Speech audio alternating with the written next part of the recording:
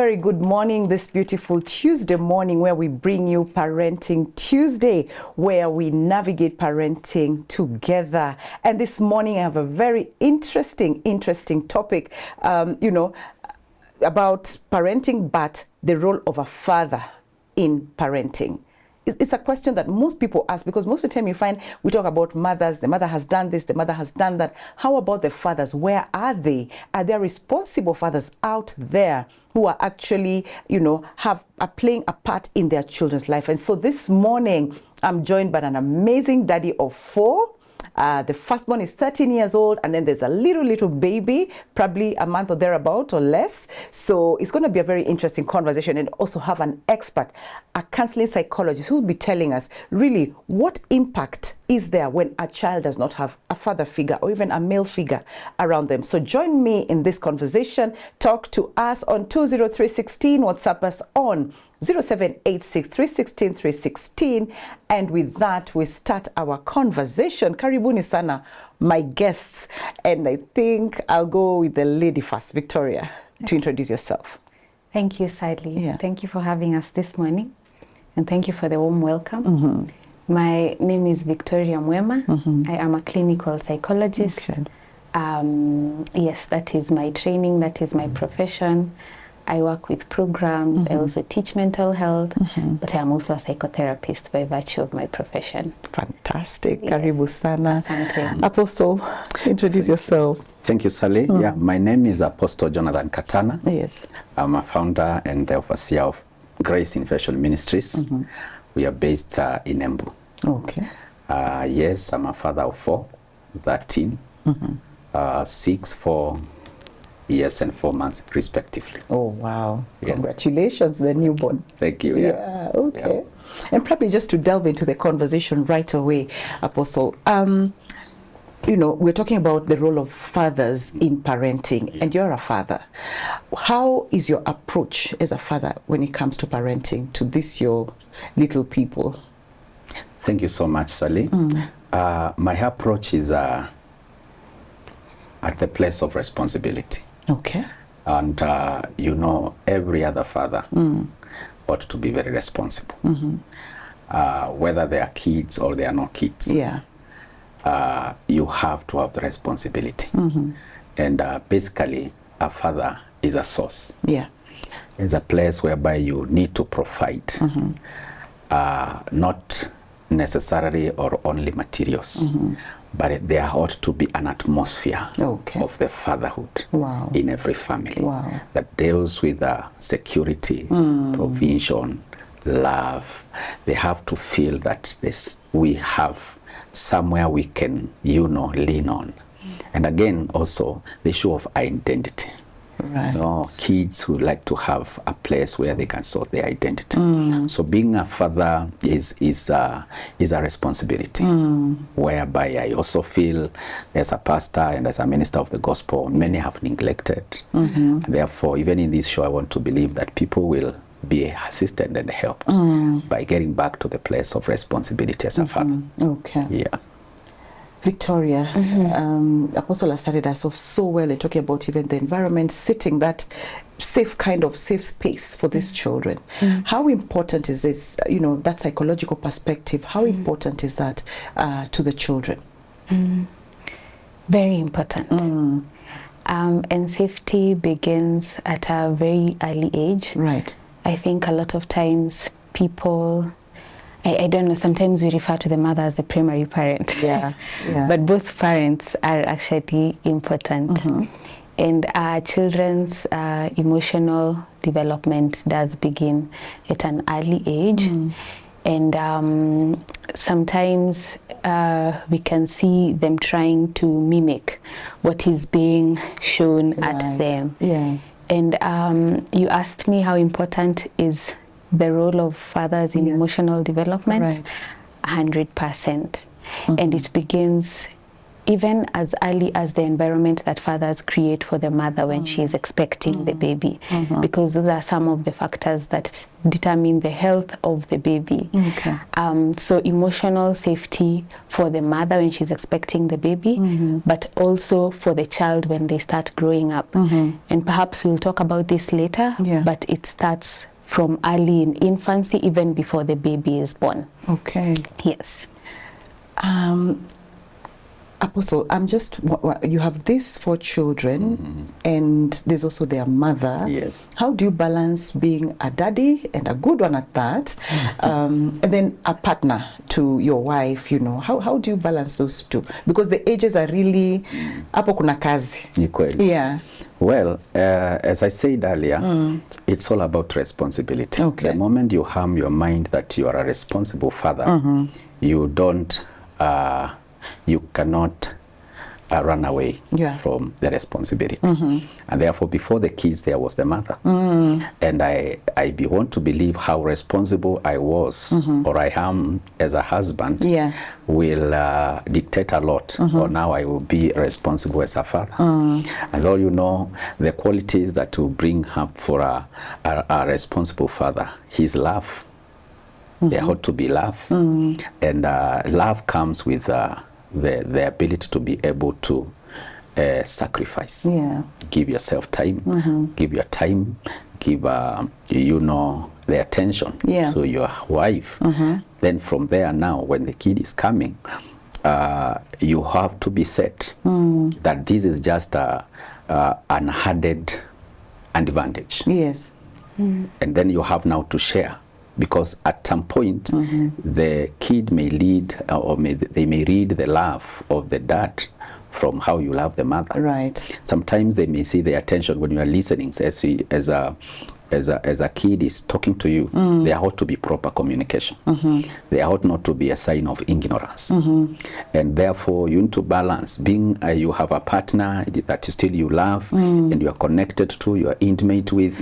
Let these kids also know that there is a time for you and their mother, and you also want to have some time with them.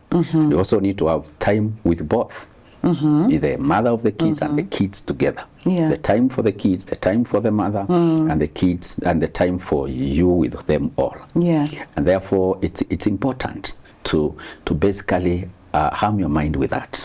That you have to be there. At times, it may call for presence, physical presence, but then there are times, because of the nature of the work and the duties and the activities that we do, you may find that you do not have that much time. But there ought to be quality time. Try fika home mapema, try be with the kids, wake up together with the mother as she's trying to prepare them, let them have a word from their father, just bless them, speak a word of prayer, and let them see that. Like me, when I come home, sometimes I see my kids, rarely do I see it to the mother, but they will come running. They will hug you. That is home. You know, that attachment makes you down. It is these kids that make you feel that you are a father. I love what you're saying, because in short, what you're saying, you have to be very intentional. Very intentional. Yes. Oh wow. Victoria, so Apostle Jonathan is talking about, he comes home, there's the hugs, there's the waking up with the wife to prepare the children. How important is it for our kids to see that love between the parents? What does it tell them, you know, even as they grow up? First of all, there is actually some studies, are some studies that have gone into understanding the role of the mother-father relationship on the children. And some of these studies show the role, how it trickles down to their self-esteem, especially boys, because sometimes their self-esteem is pegged on how they see their father treating their mother, because the mother is very important in the family. And sometimes the kind of the quality of relationship that the two have does affect boys' self-esteem. Girls can pick up their self-esteem from their mothers or their dads believing in them, and so on and so forth.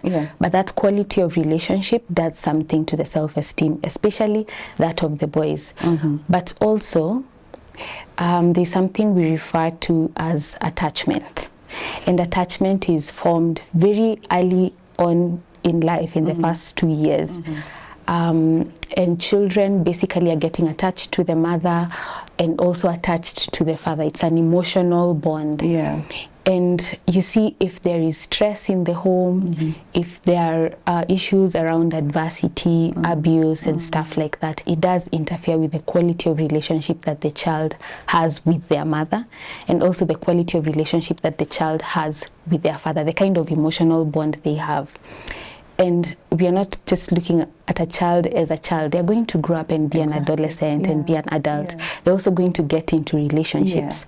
So the very first blueprint that we get of relationships is what we see at home. Because family is the basic unit of society. If the relationship is messed up there, then we are talking about a lot of mess trickling down to society.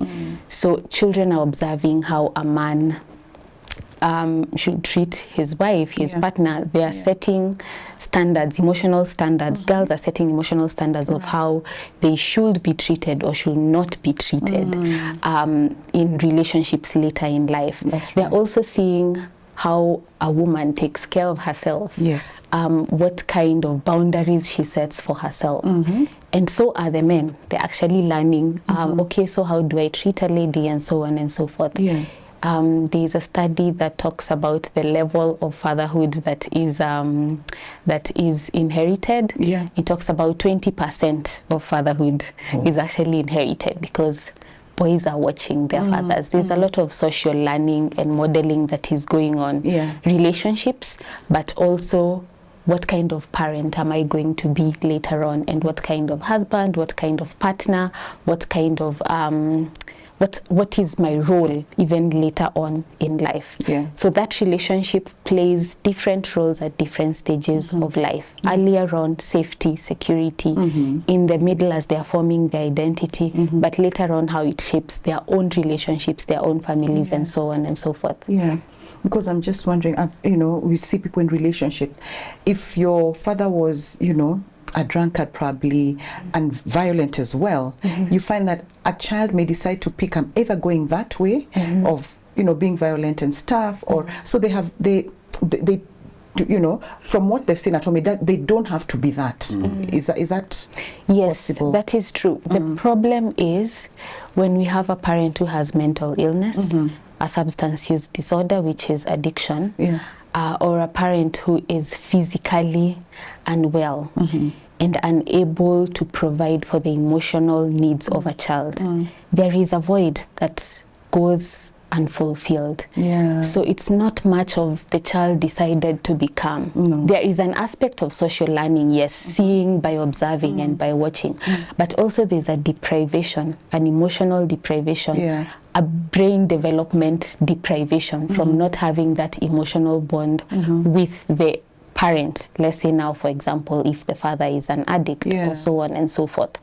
So they grow up not having that, and then that puts them at risk of actually developing mental illnesses, and substance use disorders are part of that. It is an actual disease, more of a disease even rather than a decision, because it's trying to fill a void that is not there, and not having a blueprint of how am I going to fill this void that I actually I have not observed, I'm not seen. It's a foreign thing. So how do I meet my own emotional needs later on, and yet I've never seen a blueprint of how to navigate that. All right. Okay. Apostle Jonathan, I'm just thinking, you're also a minister of the Word of God.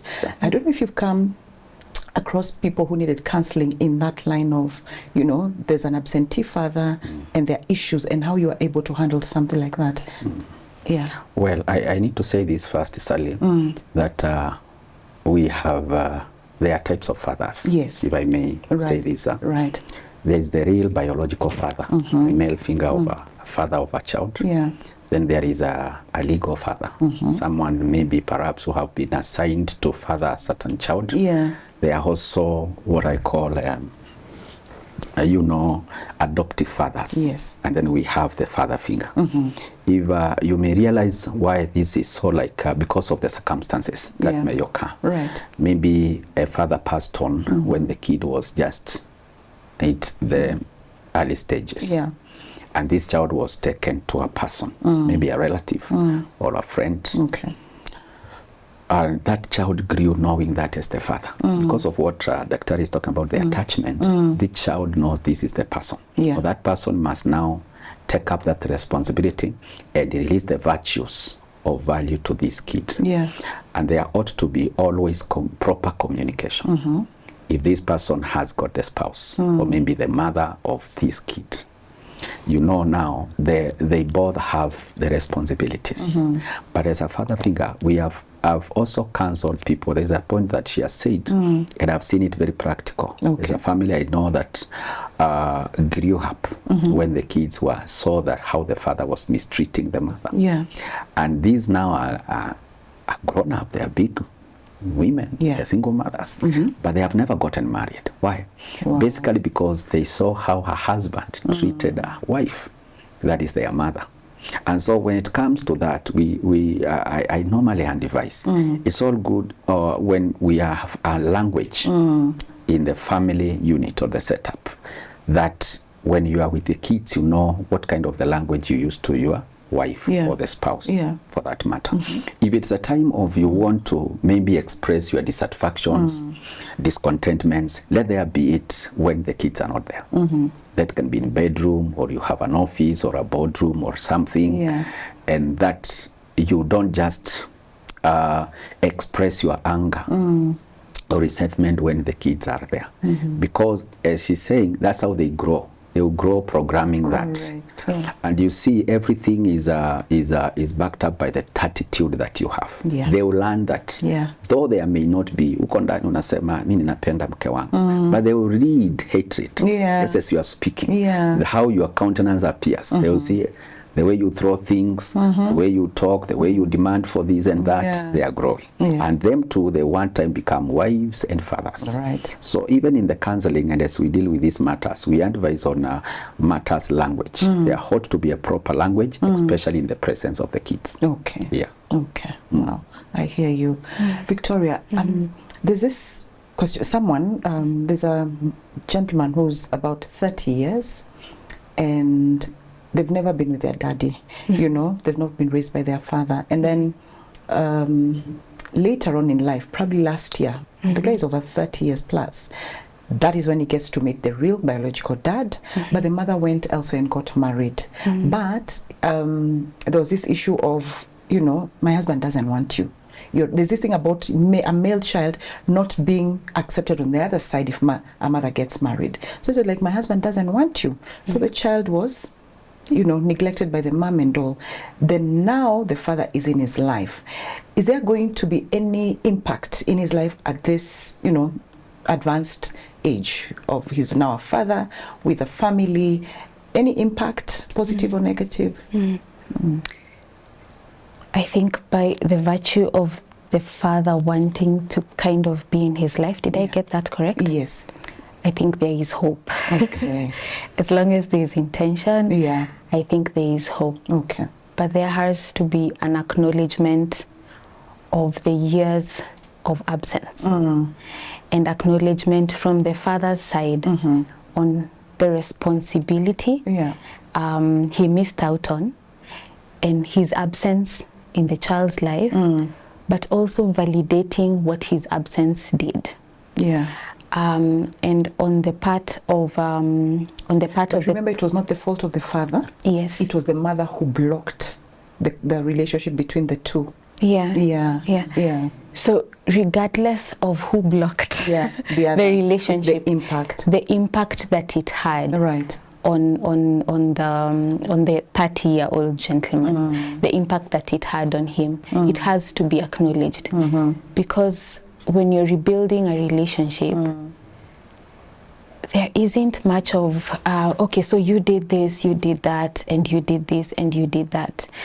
We can lose a lot of the actual wound that the son is actually experiencing. So there has to be an acknowledgement from the father's side, but also an openness to build a relationship from the guy's side. And relationships take trust. It's trust that has not been there in 30 Right. years. God knows the story he has told himself about his father's absence, but also because the mother played a role in the absence of the father. Right. I think if she is willing, in therapy we work with those who are willing, so that we move forward. So if she's willing, I think she could be a healing, piece. She could be part of the healing of the two of them. Okay. But from the father's side, there's a lot of acknowledgement and validation of the son's experience, and from him just a willingness to try and move forward, and for them to build trust together, build a new relationship together, and acknowledge everything that has been missed in these 30 years. That is grief, that I should have experienced this, but I did not experience. It's almost like a robbed childhood. Like I got robbed off of this, regardless of who is responsible of the robbing. There is an absence and a void that has been created. So there has to be intentionality in rebuilding that relationship. A lot of grieving. For time lost, for experiences lost, and everything that has been lost in between.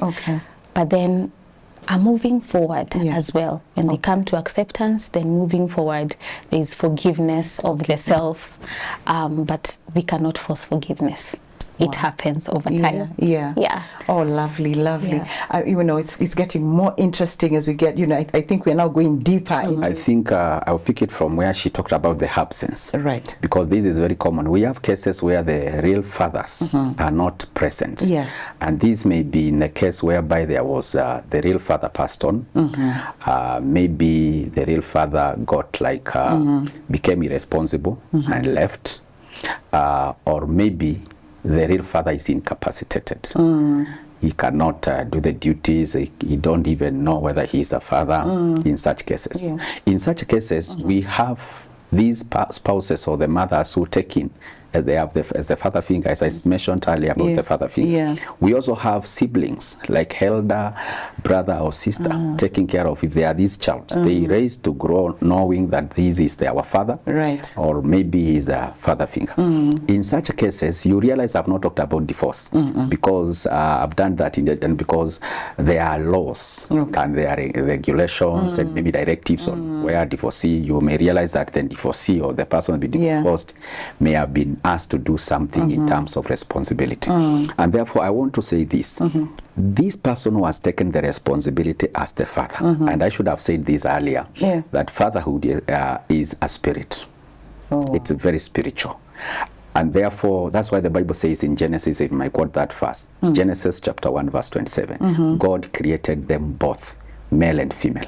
Because God is a spirit. So everyone, that's why we have principals who are ladies, we have magistrates, we have people like that, because they are offering the fatherhood. And therefore, in this father figure of a man, where he is not there, and the mother has to take this, this mother should be also having that kind of that confidence, you know, whereby you don't allow in irresponsible and unnecessary fathers who will just come na mtoto anaona mzee fulani ameingia, kesho ni mwingine ameingia. This lady or this woman should stand with confidence and say that I will pray all the rules because you belong to me. I am your mother. And now train these kids not looking at the present, looking maybe in the future, what they will be. So supply to what is required, if it is love, if it is about, you know, provision.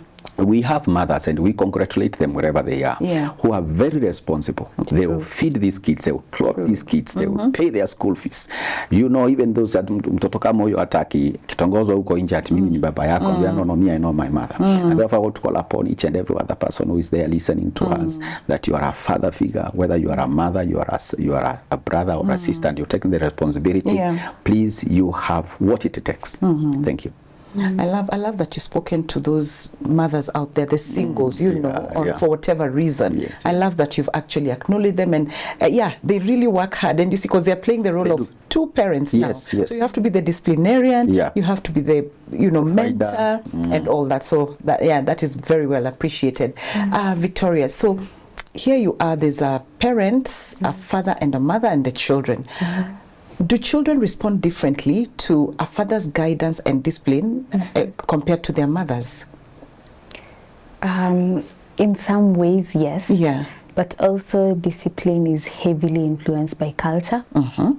And our personal beliefs of what discipline should be like, whether that is religious or cultural upbringing and so on and so forth. But from a very early age, children generally gravitate towards playing with their fathers, and they want to please their dads. So if dad says pick up the toys and it's time to go to sleep, he has said it once and it's happening. And because they want to please their dads, and they want to kind of get his approval in some ways, so they'll very quickly just get the thing done. Women have higher levels of empathy, sometimes tend to have higher levels of empathy than men. Men have lower levels of empathy, higher levels of testosterone. So women are higher in empathy. They tend to negotiate more. I try to navigate more. You've cried a lot, so maybe I will be nicer and easier on you. But dads are lesser in empathy, so more firm. And because of that, children might respond a bit more to the discipline coming on that side. But the most important thing, even as we explore parenting styles, is to know that fathers need to be a secure base. That's the role that they play. They can throw the children up high when they're playing with them, but the child knows, even as I'm falling down, I'm going to be caught. I'll be safe. And that's the thing with discipline, that even as they're being disciplined, there's balance between control and care.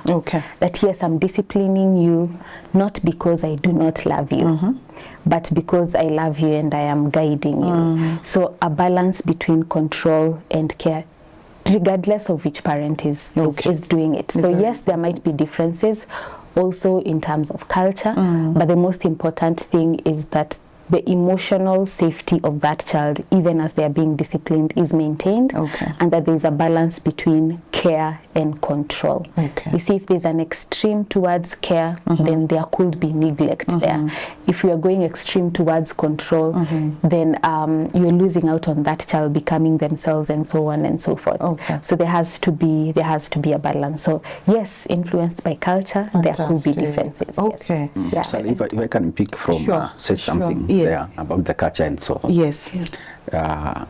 I want to maybe do something about the challenge as a father to sometimes go through. Is maybe because of faith matters and matters doctrine and teachings. You know, the Bible says, train a child in the way she should grow. And when he or she is old, shall never depart. And that basically being my being a responsibility and a role of a father to train my child here. This child grows, goes to school there. They are trained some other way of maybe being brought up in a different way. And we see it practically in our homes.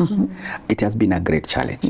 So as I also share this and as I handle it, you realize that there are pastors there. Could be mothers, they could be fathers. It's good to be in touch with the mother and with the father at home, always. Know that this child has been brought from a home. And even do some follow-up. Know what kind of discipline, what kind of teaching, whether are you in you know, are you connecting with the pastor who is teaching this? Because that's a great is a great challenge that I've found. Sometimes you are telling this child do this, he is praying his way, the father is praying, making prayers his way, the mother is praying this way, and to them, you know, this spirit is growing, and that is where now rebellion can be. It breeds rebellion. It begins slowly by slowly. And tells you that our pastor told us this and that. So it's good when there is that proper connection. Share, what did you learn today? Ask, inquire. And if you find that the teaching, just take a number, call the pastor. My son tells me today, umesoma juu ya hii. How about that? So that now he feels that you are working together. The spiritual father and the father at home, there can be that.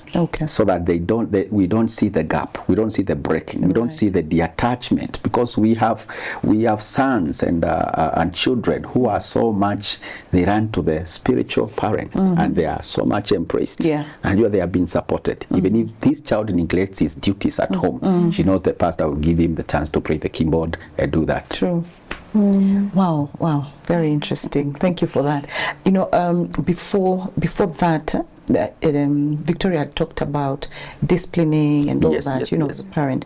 And I just wanted to find out, maybe even our viewers and listeners, what kind of a parent, what is your parenting style? You know, with your 4 babies, Well, mine may not work to them, but it can maybe bring something that maybe can be borrowed from the style itself. There ought to be sometimes we like every kid feel that belongs to both of us. Right.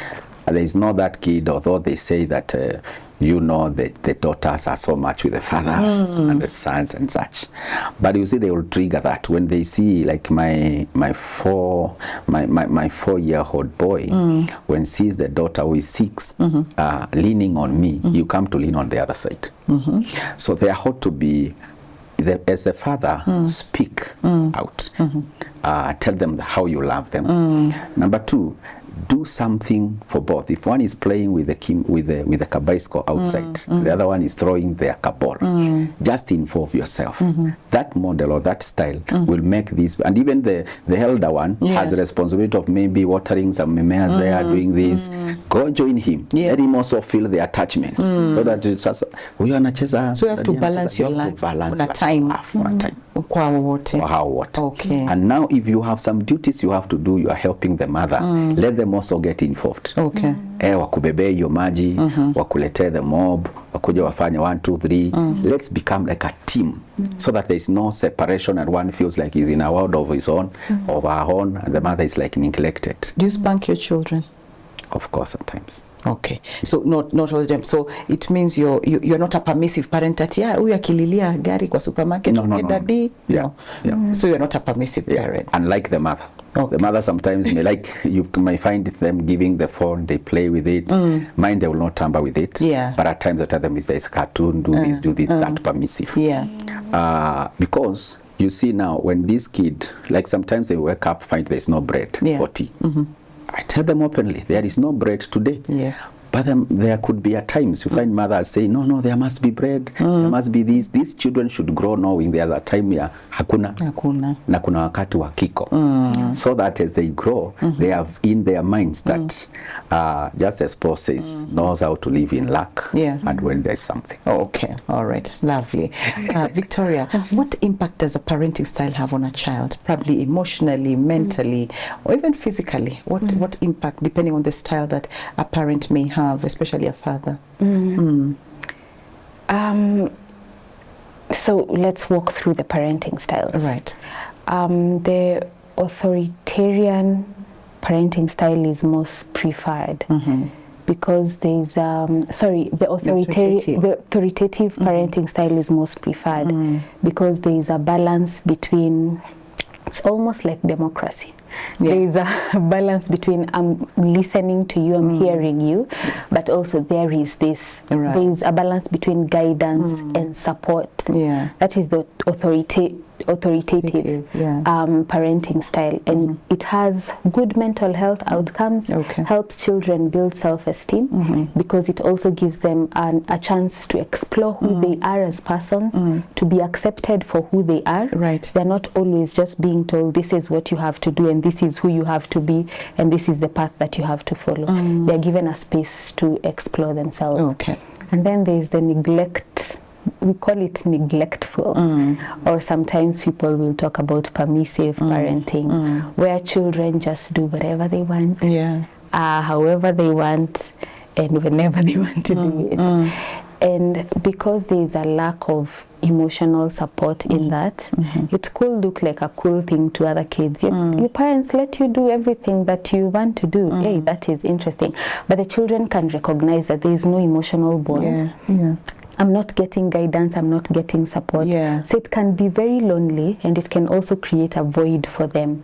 Because there's a lack of guidance, a lack of emotional support, a lack of presence. Right. If you need anything, you're given, but then you're not told this is how, and there's no security as well, because you don't know if you go back at home, am I going to find my parents? Right. If I experience bullying in school, I mean, I run my own world, so I am on my own, and it can create a lot of trauma. So it means children appreciate, even, you know, when we punish them, when we stop them from doing something, I think they do appreciate, because if I don't care about a child, then they'll be like you're saying, even if you're bullied in school, then what? Then what? Is that what you're saying? Yes, children appreciate the guidance, they appreciate the involvement of the parent, that even though I am wrong, you're still involved and interested in me.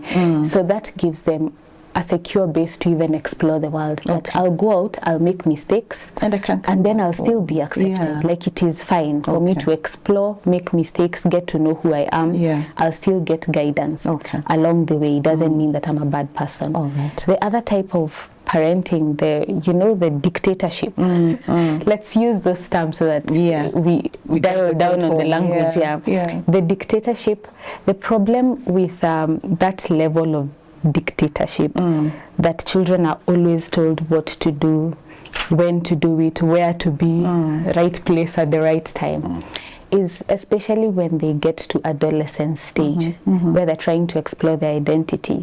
They do not know who they are. They're being told, this is what you do, and you have to follow my rules, you have to follow everything that I tell you. You are the child, I am the authority in this house. So a lot of children grow up with low self-esteem, and they doubt their abilities because they've not been allowed to play, to explore the world, to even climb trees and know that someone falls as they are climbing. There's a chance for that. So a lot of shame and doubt even when it comes to their abilities, because they are used to being told what to do and following a certain path. So it affects their self-esteem, it affects their autonomy, it makes them grow up with a lot of shame and doubt in their abilities. And all these conditions, they breed a very good ground for issues like depression and anxiety, drug abuse, and substance use to arise from all those conditions. So the most preferred parenting style is a balance between control but also care. You can do, you can go out and try out things. I will be here for you. But also if you do wrong stuff, I am going to be on your case. I will correct you. Fantastic. Fantastic. I'm sure that is quite beneficial to parents who are watching, and probably they were just trying to like, okay, so this kid who doesn't, what do I do? And I think there lies in the answer. Daktari, Apostle, what kind of activities, because your kids are that playful age, what kind of bonding activities do you do with them, and what do you learn from them even in the process of parenting them? At times we do like the throw ball together. Sometimes because I also want them to learn, I engage on a game whereby each and everyone, regardless of their age, feels that they can participate. Like maybe tongue twisting. Sometimes you are there with them, you ask them something to do with anything that is happening in the house. Like cooking, or maybe about that. And you can even initiate something like, when I tell you to go and bring a sufuria, bring a fagio. And now you see the competition. Then it's just something that is engaging, that each and everyone feels like in game yangu. And then through that you find that they have the issue is just to bond with them, and each one of them feels that they have a part, and daddy can feel that he can be in my game. Sometimes they can even themselves bring a game, and then I'm inside, they're outside, I feel imechacha sana, then nasikia naanza kuingililia, so that by the time they are coming to the conclusion of the game, tumecheza na wao. Therefore, there may not be specific game, but you as a father, you as a leader, you have to engage, you have to initiate, create time, and even also to listen to them. Sometimes they might be there wakicheza tu na mchanga, like the two young ones. Just go there, who is mommy, who is daddy, listen the language, just find out, oversee, so that there is nothing that could be harmful, even as they play together. Yeah. Because I hear a lot of people saying that for a child, love is spelled time. It's the time, the amount of time you spend with them. To them, that's what means love. Not buying them toys, not doing, all those things. And so I hear you when you say it is about the time you create being with your children. Victoria, for kids who've been raised, without a father, not even a father figure, just their mommy, is there any, if at all, if there any psychological impact or difference in such children? Like if you look, you can tell that one needs or lacks or lacked a father figure in their lives. Sally, I think we have to agree that the presence of a father in the home is very important. And it is irreplaceable. Whether it is the biological father or the stepfather, it is irreplaceable. And a lot of times, even in the process of starting out therapy, part of the questions that we ask is, did you grow up with both parents? Because there is the absence of the father in the child's life does deprive the child of certain things. I think we just have to acknowledge that. And that does not mean that they are doomed. But it means that it has to be acknowledged, whether it is emotional absence or physical absence. It has to be acknowledged. And part of the things we work through in therapy is, how did that affect you? Because sometimes children or even adults will talk about, I went to school, and I could see other children, they're being brought to school by their dad, and I kept asking myself, okay, so what did I do wrong? Why did my own dad leave? And so on and so forth. I think there are different ways of navigating this conversation, but we have to acknowledge that the role that the father plays is very important, and it is irreplaceable. That said, and whether that is a biological father or a stepfather, just I think the role can be played by a stepfather equally as it can be played by other father figures in society. So it is important. But the effects of the absence of a father too have to be processed and acknowledged, that for the child, this was my experience of growing up without a father, and not telling them, I gave you everything. I provided for you everything that you need. How can you? It's not an insult. It's just their experience, and that needs to be acknowledged and worked through. So in what ways, what did that deprive from you? Because it can also be very personal, so that it is acknowledged and worked through and not ignored. It's not there, it's not deviating, and it's not wrong. It is just their own emotional experience, and we have to acknowledge that. Oh wow! Maybe I can say something, Sally. Apostle. Yes. In matters involvement of a parent, whether present or partly at home, it's good to appreciate the diversity of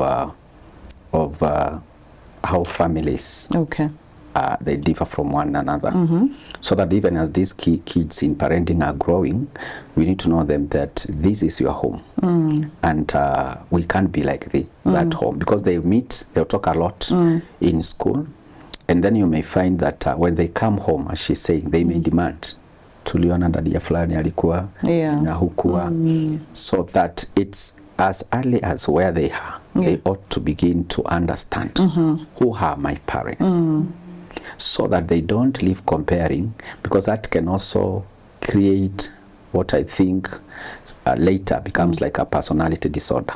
Because we find that these people, the kids were special, but they were not given that attention as special child.